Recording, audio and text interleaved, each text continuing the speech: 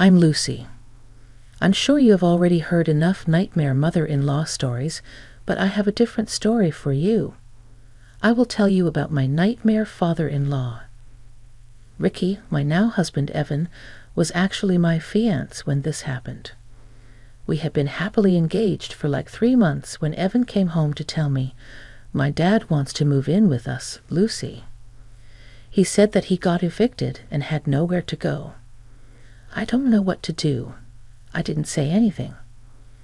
"Oh, that's a pretty specific demand. Can't he just rent somewhere else? Why does he need to move in with us?" "I have no freaking clue, Lucy," he said.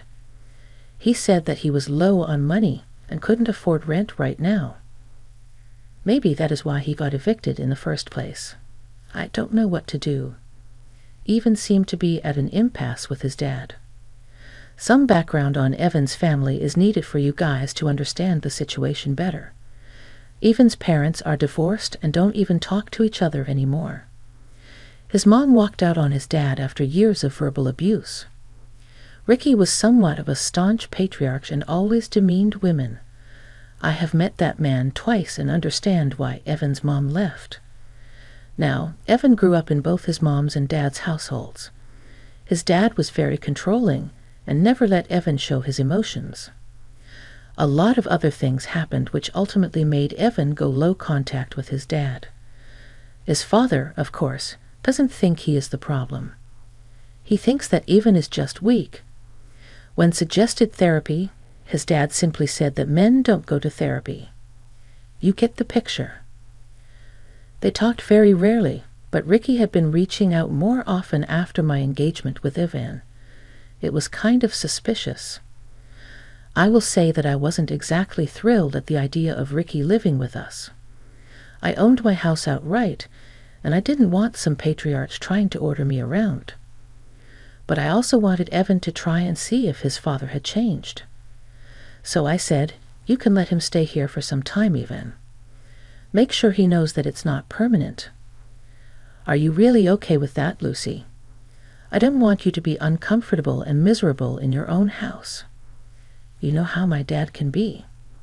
"I know, Evan. But it's been years, and it looks like he is trying to make amends with you. Just give him a chance and see. That way, you can always say that you tried." "All right, Lucy. I'll tell him that he can stay for a few months. But if he tries something stupid, you will tell me, and we will kick him out." So Evan decided to give his father a chance and told him to stay with us. His father was elated and thanked him for his assistance.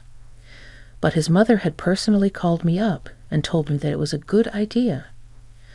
That made me very, very scared. But I didn't stop moving. I knew that I wasn't really going to be bullied out by Ricky, no matter what. Besides, my soon-to-be mother-in-law also offered to help if I needed to deal with Ricky. I was confident that everything would turn out fine and there wouldn't be many problems. Oh boy, was I wrong. Ricky moved in with us and immediately started to criticize my decor. He loved the house, but he hated the decoration I did inside. He turned up his nose and said, "Who the hell decorated this house? I'm guessing it was you, Lucy. No man would live in a house like this." Yes, it was me who decorated it. Even told me to go ahead and do what I liked. He didn't have any preferences. Oh, please. I know you pressured him into this.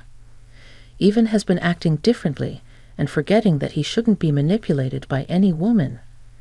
But it will change soon. I have come here to make sure you don't take advantage of him anymore. I'm not sure how I am manipulating my fiancé in any way, Ricky. And I would really appreciate it if you don't speak to me like that. Ricky simply ignored me and went about his way. It was bizarre how rude he was to me. When I was home, he kept ordering me to cook for him and bring him stuff. I am not a homemaker and actually work from home, but Ricky treated me like his personal assistant. Eventually, Evan noticed these things and told his dad off. He said, "My wife is not your servant, Dad. You need to stop ordering her around. You are a grown man and perfectly capable of doing things on your own. Women are meant to take care of men. You've been giving your fiancé too much priority, and you aren't even married yet. Look how she complained to you, and it has only been 2 days. Lucy didn't complain to me, Dad.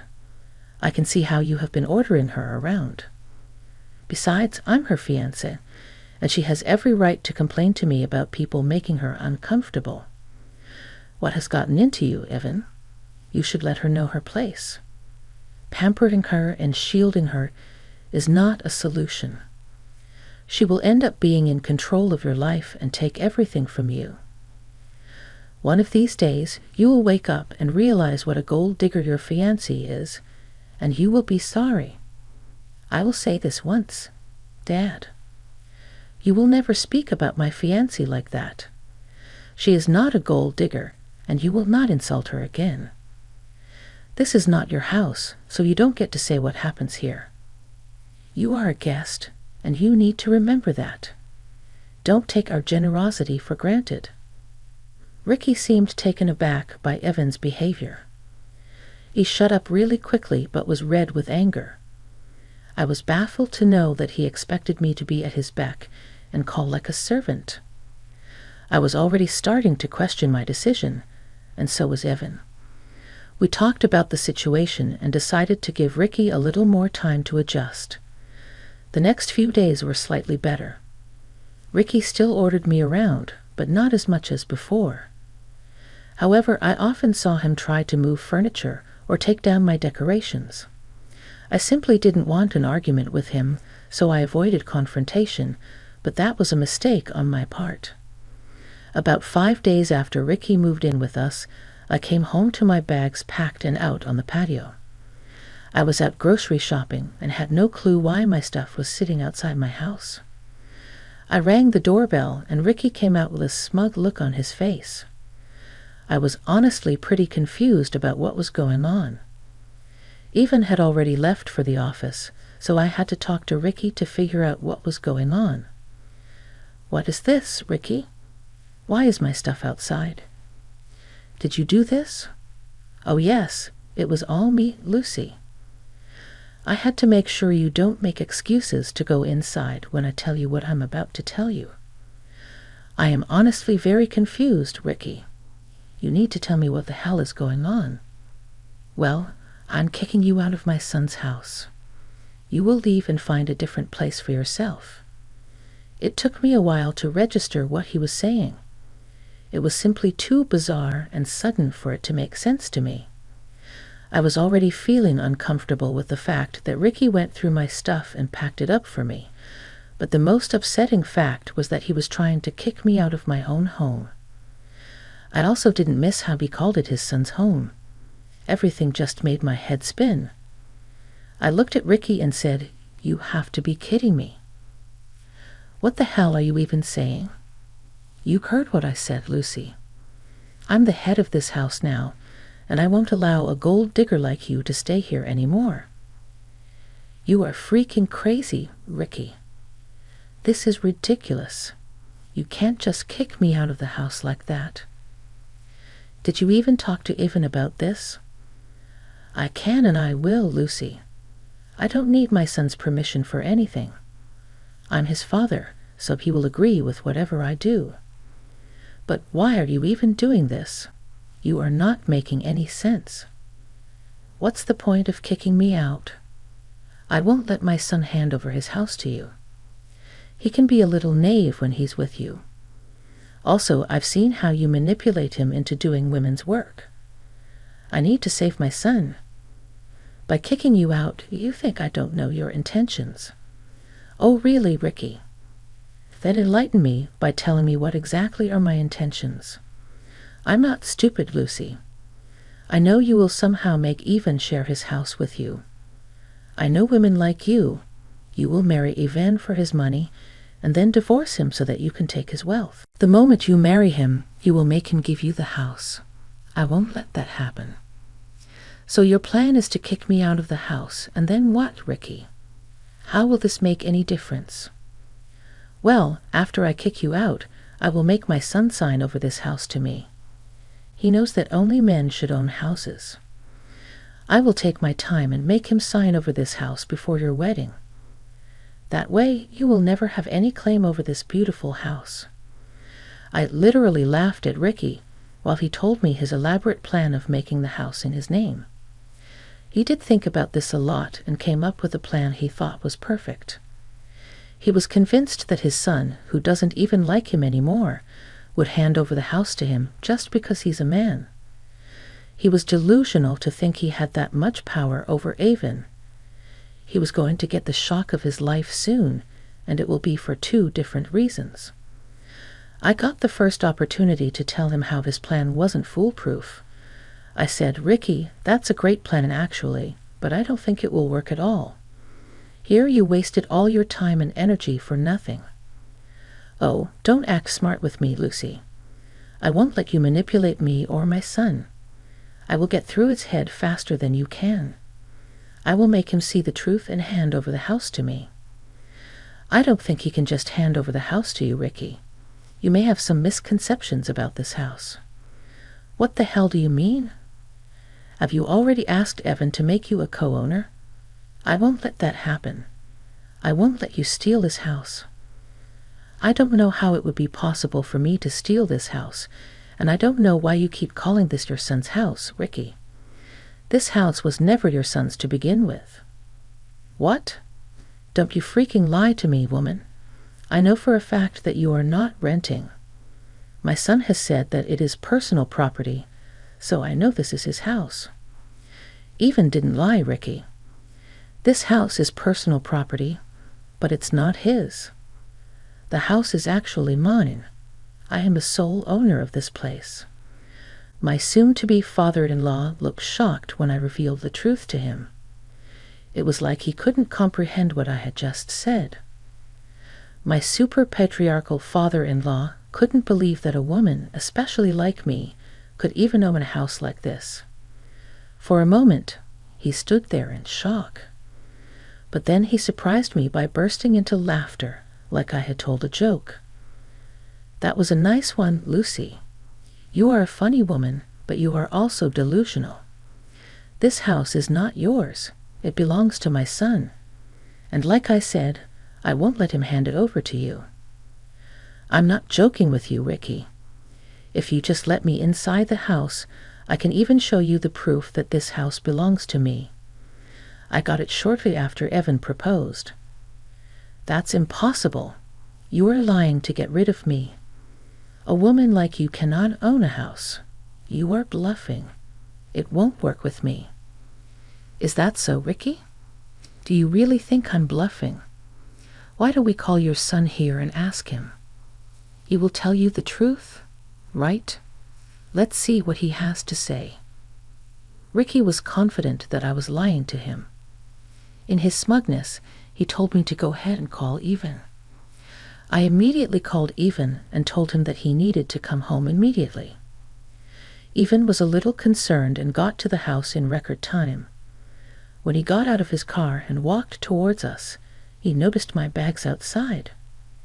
He looked really confused about why my stuff was lying around in the front yard. He walked up to us and said, "What happened? What's going on here, Lucy? Why is your stuff outside?" "Well, your father had the bright idea of kicking me out today. He even kindly packed my bags and brought them outside so that I won't waste time packing." "Wait a damn minute. What did my dad did what?" Ivan was genuinely surprised and super angry. I looked over at Ricky and saw that he was a little uncomfortable. In his quest to prove me a liar, he forgot the fact that he was throwing me out of the house without even consulting Ivan. When he looked at his son's angry face, he realized that things would not be as easy as he had thought. He quickly took hold of the conversation and said, "Evan, I promise I have a reason to do this. I know I should have talked to you, but I am the man of this house now. I did what I thought was right." "What are you talking about, Dad? You are not the man of the house. You were just a guest, and you had no right to try and kick my fiancé out of the house." "Come on, Ivan. You know well enough that I will always be the man of the house, especially since I'm here now. I'm the father, after all. Did you forget everything I taught you? Oh, I do remember whatever you had taught me when I was young. They are useless and do nothing but put you in control. You groomed me to accept whatever bad decision you made for your own benefit. Ricky now looked even more shocked with the way Evan talked to him. I was so freaking proud of my fiancé. I didn't even have to say anything at all. He was super angry at Ricky and lashed out at him for trying to kick me out. And he got even more pissed when Ricky tried to sort of discipline him and claimed to be the man of the house. Ricky was now visibly shaken and said, "That's no way to talk to your father, Evan. This is not what I taught you. I see that your fiancée has already started to turn you against me. Now I'm even more convinced that I'm doing the right thing by throwing her out. No one has taught me anything, Dad. I realized a long time back what a selfish and egotistical jerk you are, and you have no right to throw my fiancé out. How the hell do you think this is okay? Why do you think I will support this? Evan, you need to hear me out. This woman is already poisoning you against me. I'm seeing this with my own eyes.